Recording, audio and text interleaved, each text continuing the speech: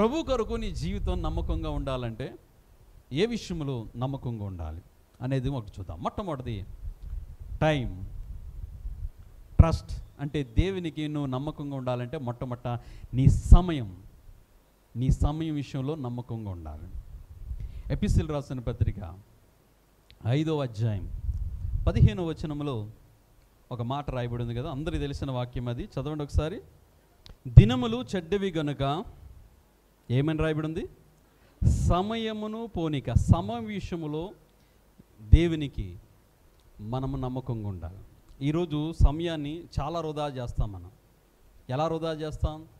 TV చూడడం ద్వారా కానివ్వండి, టీవీలో అనవసరమైనవి, అంటే టీవీ చూడడంలో మేలు ఉంది, కొంత నష్టం కూడా ఉంది.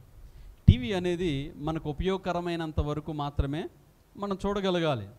కొంతమందికి అదే పని, అలాగ టీవీ చూస్తూ సమయాన్ని వృధా చేస్తారు.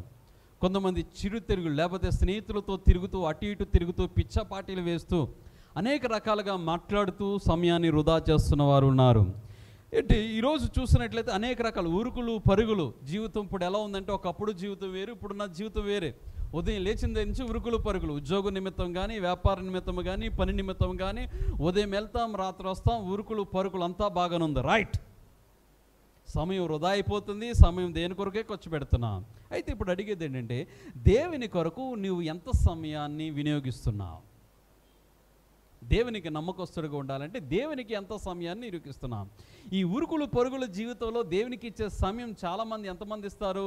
ఒక 5 నిమిషాలు, లేకపోతే ఒక 10 నిమిషాలు, ఒక అరగంట, లేకపోతే వారంలో ఒక గంట ఆరాధన. ఆ గంట ఆరాధనలో ఉండడానికి కూడా అనేకమైనటువంటి అపసోపాలతో మనము దేవుని సన్నిధిలో ఆరాధించే వాళ్ళు కొంతమంది ఉంటుంటారు.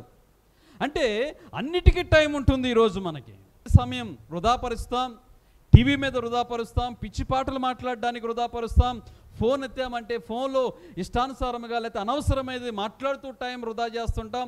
ఒక వ్యక్తి కలిశారంటే ఇద్దరి మధ్య సంభాషణ సుమారు గంట, గంటన్నర, 2 గంటలు, 4 గంటలు, 5 గంటలు పిచ్చిపాటిగా మాట్లాడేస్తాం. అంతటిగా వస్తున్నాం.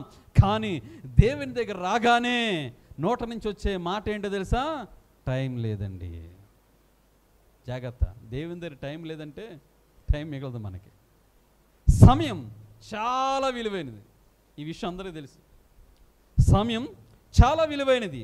ఈ విలువైన సమయాన్ని మనం ఏం చేయాలి? దేవుని కొరకు ఖర్చు చేయాలి. ఆమేన్, హల్లెలూయా. ఇప్పుడు మనకి మిగిలిన సమయాన్ని దేవుని ఖర్చు చేస్తే అది గొప్పతనం కాదు. ఖాళీ ఉన్న సమయాన్ని దేవుని ఖర్చు చేస్తే అది గొప్పతనం కాదు. విలువైన సమయాన్ని నువ్వు ఖర్చు చేయాలి. విలువైన సమయాన్ని. ఈ మధ్య ఒక పోలీస్ ఆఫీసర్ని చూశానండి. ఆయన యూనిఫామ్లో ఉన్నాడు, డ్యూటీ చేస్తున్నాడు. ఎవరు ఏమనుకుంటారో ఏం చేస్తారో తనకు తెలియదు, కానీ డ్యూటీలో అతను కూర్చుని చేసే ఉద్యోగమే. జస్ట్ ఆ సిగ్నల్ చూస్తుంటాడు, సిగ్నల్ ఆపరేట్ చేస్తుంటాడు ఇక్కడి నుంచి. కానీ అతడు ఏం చేస్తాడో తెలుసా? సమయాన్ని ఏమాత్రం వృధా చేయకుండా బైబిల్ తీసి చదువుకుంటూ దాన్ని ఆపరేట్ చేస్తున్నాడు. దాన్ని చక్కగా ఫోటో తీశాను. బైబిల్ చదువుకుంటున్నాడు చక్కగా.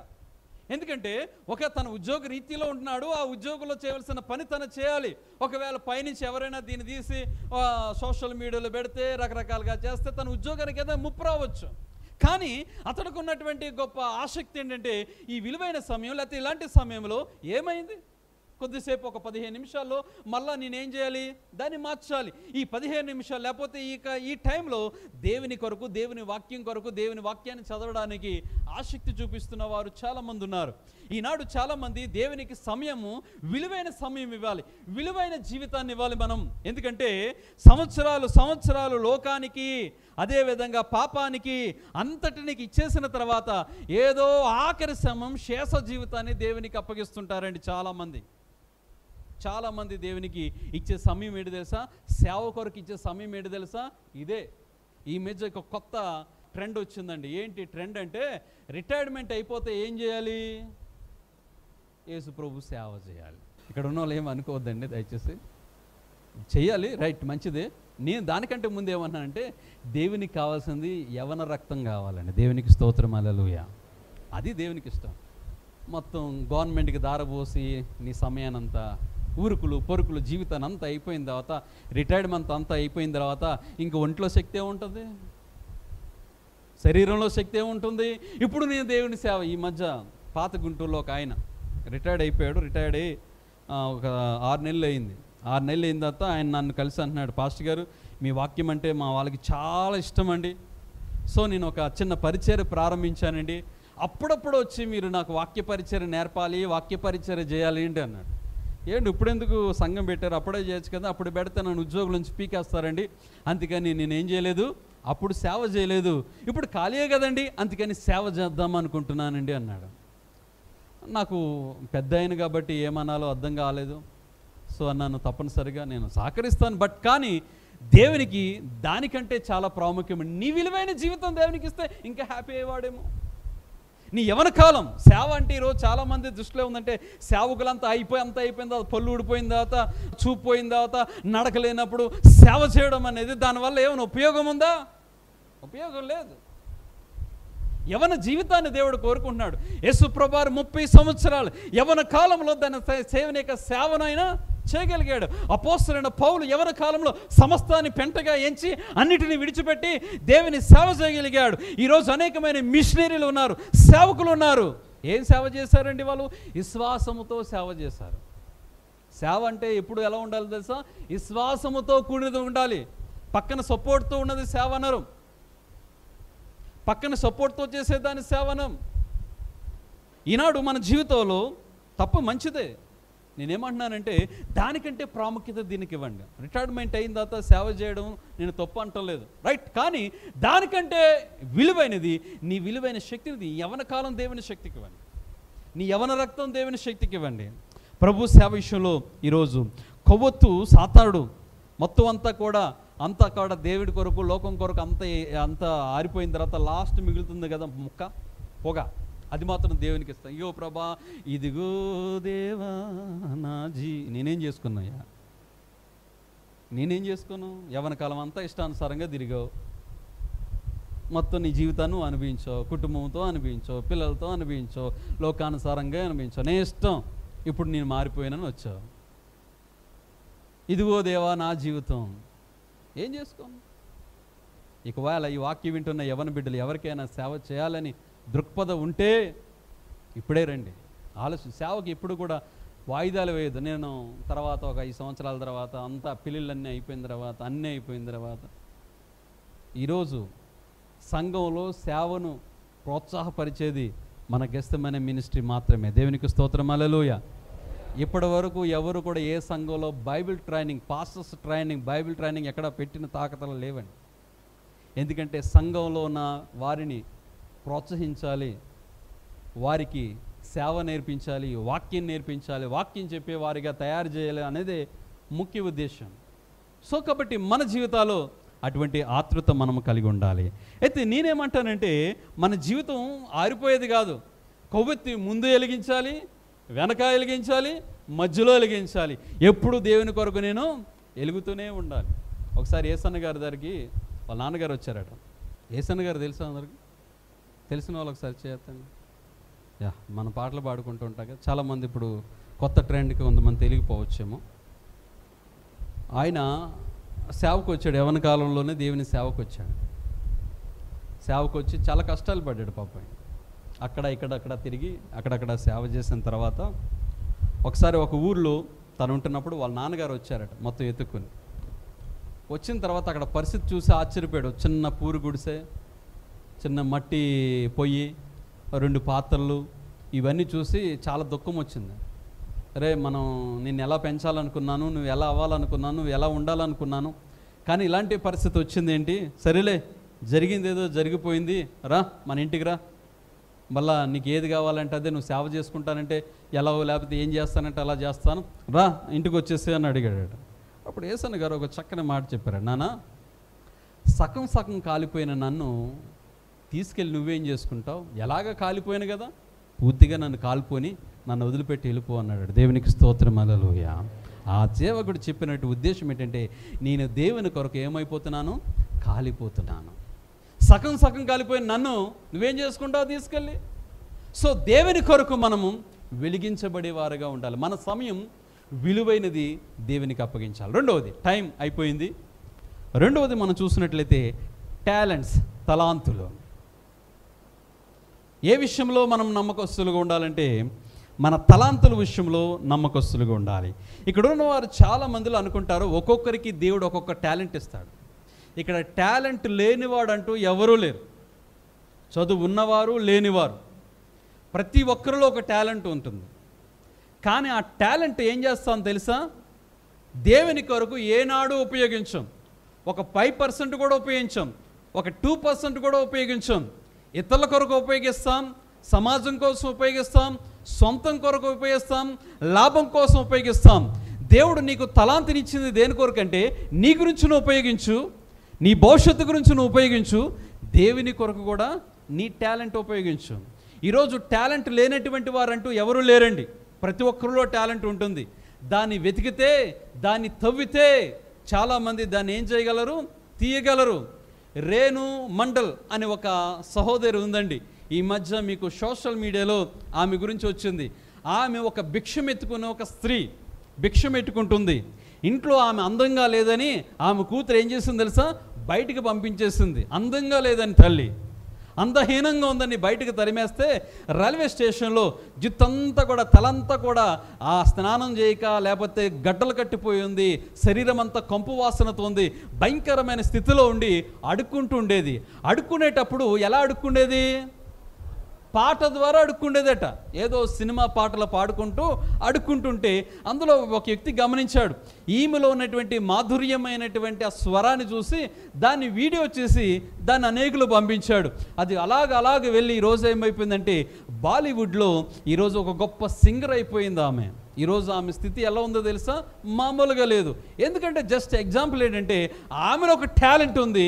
ఆ టాలెంట్ తనకే తెలియదు, తనే గ్రహించలేదు. ఎందుకంటే ఈమె దేవుని సంబంధి కాకపోయినప్పటికీ ఆమె గురించి ఈరోజు ఎందుకు చెప్పాను అంటే మీరు ఈ విషయాలన్నీ కూడా రోజు చూస్తున్నారు కాబట్టి ఆమెను అర్థం కావడానికి ఈ విషయాన్ని చెప్పాను. ఈరోజు ఒక్కొక్కరికి ఒక తలాంతు. వాయిద్యాలు వాయించే తలాంతు ఒకరికి ఉంది, పాటలు పాడే తలాంతు ఒకరికి ఉంది, లేకపోతే చక్కగా ఈ మీడియా చేసే తలాంతు ఒకటి ఉంది, లేకపోతే రకరకాల బోధించే తలాంతు ఒకటి ఉంది, పరిచయం చేసే తలాంతు ఒకటి ఉంది, శుభ్రం చేసే తలాంతు. ఈ తలాంతులు దేవుని కొరకు నువ్వు ఉపయోగిస్తున్నావా? ఉపయోగించు. ఏదో ఒక తలాంతం మనలో ఏది లేకుండా ఉండదు కదా. ఆఖరికి ఒక తడి కూడా తీసుకొచ్చి దీన్ని తోడ్డమనా ఒక తలాంతే. ఒక నలుగురికి నువ్వు కూర్చొని వారి కొరకు ప్రార్థన చేయడమనా ఒక తలాంతే. నేను దేవుని కొరకు ఏదో చేయాలి. ఇక్కడ పాస్టర్ గారు వాక్యం అనేకులకు వినబడుతుంది కాబట్టి ఏలో ఒకరిద్దరు చేస్తున్నారు ఈ టెక్నికల్ వర్క్ అంతా కూడా. నేను నేర్చుకోవాలి, నేను చేయాలి, ఆ టాలెంట్ను బయట పెట్టుకోవాలి. ఏనాడు కూడా మన టాలెంట్ దేనికి ఉపయోగిస్తామంటే బయట దానికి, నేను ఎలా బ్రతకాలి, ఎలా చేయాలి, దాని కొరకు ఉపయోగించడానికి చాలామంది ఇష్టపడతారండి. కాదు, నువ్వు దేవుని కొరకు నీ తలాంతులను ఉపయోగించినట్లయితే నువ్వు దేవుని కొరకు బహుగా ఆశీర్వదించబడతావు, దీవించబడతావు. ఆమేన్, హల్లెలూయా. ఆ ఇంట్రెస్ట్ నీలో రావాలి. వాయిద్యాలు వాయించాలి ఇద్దరు ముగ్గురేనా? మిగతా వాళ్ళకి ఎందుకు లేదో ఆ ఇంట్రెస్ట్? ఎందుకు లేదో తలాంతు? అంటే టాలెంట్ నీలో ఉంది, నువ్వు ఏం చేయట్లేదు, దాన్ని మెరుగుపరచటం లేదు. ఎస్, అంతే. ఒక ఆయనకి ఒక గడియారం ఇచ్చాడట, తెగలో ఉన్నవారికి. గడియారం చూడడానికి చాలా బాగుంది. వెంటనే ఇంటికి తీసుకెళ్ళి దుప్పటి కప్పేసి పెట్టాడు పక్కన. గడియారం ఇచ్చింది దేనికి? గోడకు తగిలించమని. అది కొంతకాలానికి ఏమైపోయిందంటే బాడైపోయింది. అంటే ఇచ్చింది దేనికంటే ఉపయోగించమని. ఈరోజు టాలెంట్ దేవుడు, తలాంతులు ఎన్నో దేవుడు మనకి ఇస్తున్నాడు, కానీ దాన్ని ఏం చేయట్లేదు, మనం మెరుగుపరచుకోవటం లేదు, దాన్ని ఉపయోగించటం లేదు. ఆగిపోయిన గడియారమైనా పనిచేస్తుంది రోజుకు 2 సార్లు. బ్యాటరీ అయిపోయిన గడియారం పనిచేస్తుంది తెలుసా? రోజుకు 2 సార్లు పనిచేస్తుంది. అది కరెక్ట్ టైం చెప్తుంది ఆగిపోయిన చోట. ఉదయం ఒకసారి, రాత్రి ఒకసారి చూపిస్తుంది. అదే నీకు టాలెంట్ చూపిస్తుంది. ఈరోజు నువ్వే టాలెంట్ చూపిస్తున్నావు. ఆనంద్ గారు చక్కగా నేర్చుకోవాలని ఆసక్తి పక్కన పెట్టారు, అన్నీ పక్కన పెట్టారు. ఆయన ఎన్నింటికి? తెల్లవారుజాను 3 లేస్తారు. 3 లేసి కూర్చొని ప్రాక్టీస్, 3 లేసి ప్రాక్టీస్ దేనికోసం? ఉద్యోగానికి పోవాలి. బట్ కానీ నేను దేవుని సన్నిధిలో నా టాలెంట్ అంటే దేవుడు నాకు ఇచ్చిన తలాంతులు ఉపయోగించుకోవాలి. అది ₹1,00,000 కంటే ఎక్కువ ఖరీదైనటువంటి ఇన్స్ట్రుమెంట్ దేవుని కొరకు కొని దేవుని సన్నిధిలో ఉపయోగిస్తున్నాను. అంటే నువ్వు దేవుని కొరకు ఒక టాలెంట్. ఇక్కడ ఎవరి బిడ్డలు ఉన్నారు, నేను ఇంకా మెరుగుపరచబడాలి, ఇంకా చేయాలి. పాస్టర్ గారు చాలామందిని పేడ్ ఇప్పటివరకు ఉన్నటువంటి వాళ్ళు ఉన్నారు కదా, వాళ్ళంతా మనం తెచ్చుకున్నది దేనికో తెలుసా? మనం ఒక ప్యాడ్ వాయించడానికి ఆయన ఇచ్చేది ₹1,500 వారానికి. అంటే నెలకి ఎంత? ₹6,000 ఇచ్చి తెప్పించుకుంటున్నాం.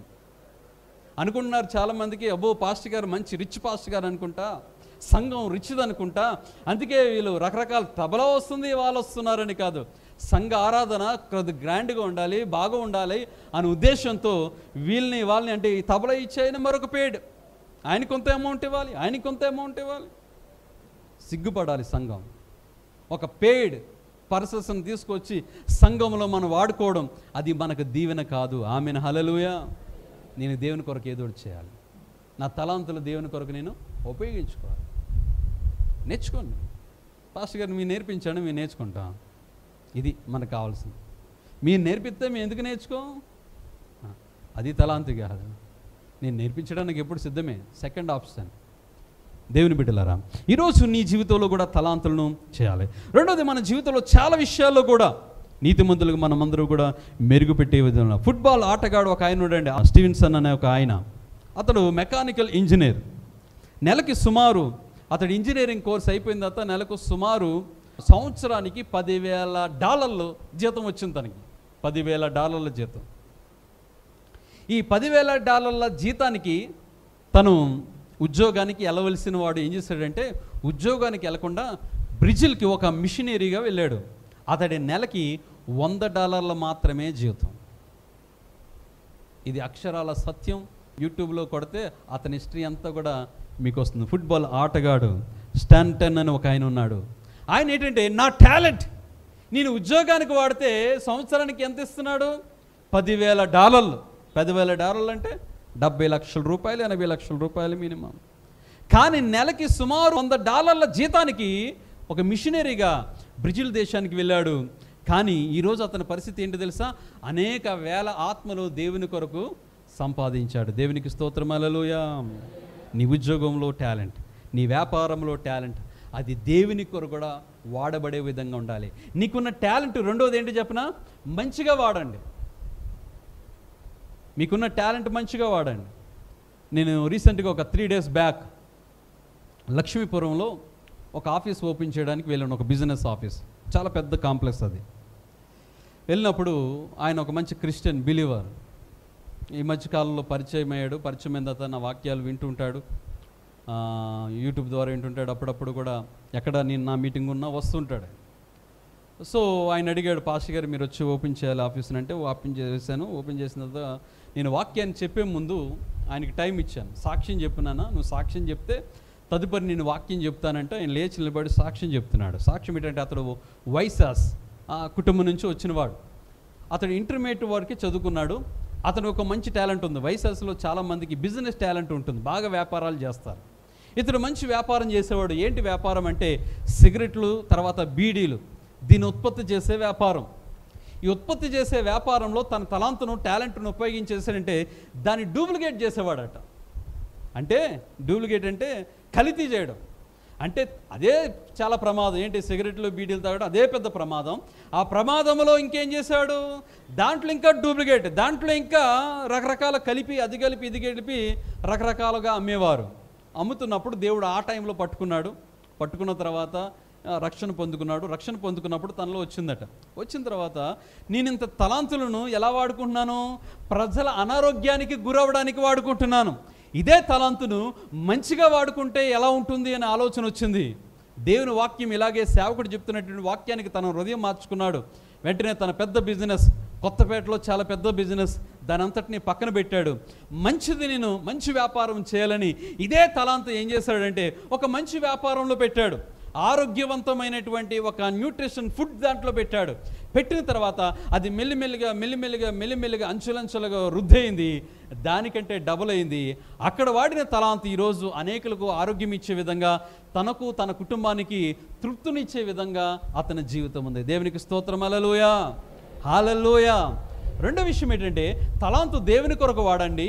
రెండోది, మీకు ఇచ్చిన తలాంతు మీ వ్యాపారంలో ఒకవేళ వాడితే దాన్ని దేని కొరకు వాడాలి? మంచి కార్యాల కొరకు వాడండి.